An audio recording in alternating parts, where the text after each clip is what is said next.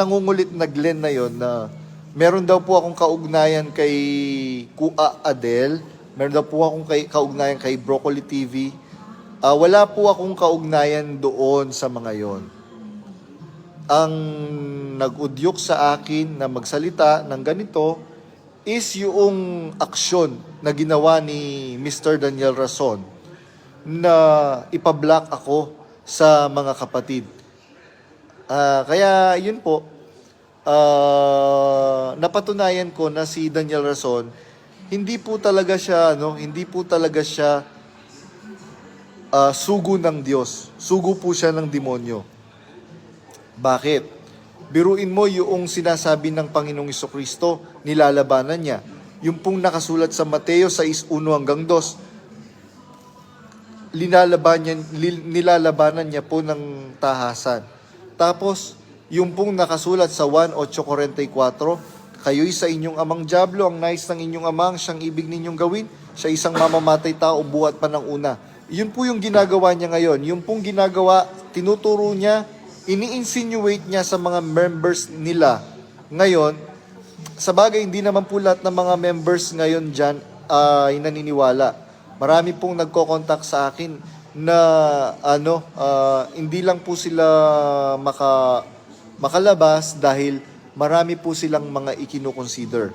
Pero yung pong ini-insinuate ni Daniel Rason na i-block, tapos pagka binlock, pinapasama po nila. They will going to character assassinate you. They will going to crush you down. Dudurugin ka nila. And wala naman po silang magagawa. Kagaya nung sasabihin niya na kung meron daw po akong alam, mas meron po siyang alam. At yung alam niya, mas matindi sa alam ko. Sabi ko nga po dun sa mga previous video ko, patunayan mo lang na mas matindi yung alam mo, kasi pagka ako yung nagsalita ng mga alam ko, siguradong sasabog ka, Daniel Rason. Katunayan ngang takot na takot siya at galit na galit siya. Ayan yung video na pinost ko sa Facebook account ko. Kaya po ganun. Maging maging open-minded po tayo. The reason why we have left our former religion, the very reason why we have left our former religion is we have seen so many irregularities in their administration, and the teachings itself are very much not biblical or unbiblical. Kaya ganun po mga kapatid. So, ang masasabi ko lang po sa inyo, wag niyo pong pababayaan yung pong mga isip po ninyo na tuluyan pong nag-slow connection po. Yun. Kagaya po nung sinasabi ko po sa inyo, wag po ninyong pababayaan yung pong isip nyo tuluyang ma-brainwash. Tandaan po natin, we know each other mga kapatid, lalo na matagal tayong magkakasama dyan. Hindi po dapat tayo magbatuhan ng baho ng bawat isa. Yung baho mo, baho ko din. Yung baho ko, baho mo din dapat. Because we are brothers. We have to keep the baho of each other as our baho. Because we are brothers. Pero, hindi po yun ang nangyayari kasi ngayon.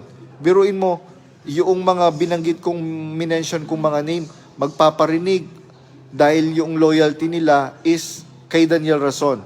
Putting your loyalty to a person is unbiblical and ungodly. Tandaan niyo po yun. Putting your loyalty to a person, especially when you are when it's something about religion, putting your loyalty will make your salvation at stake. Sabi po ni Brother Elion, mga kapatid, our loyalty must be with God. Ang loyalty po natin should be with God. Kasi pag nagkamali po kami, como ang loyalty po ninyo is sa Diyos, yes. Yeah, I'm worried. Because I did not know that you can drive. Yeah.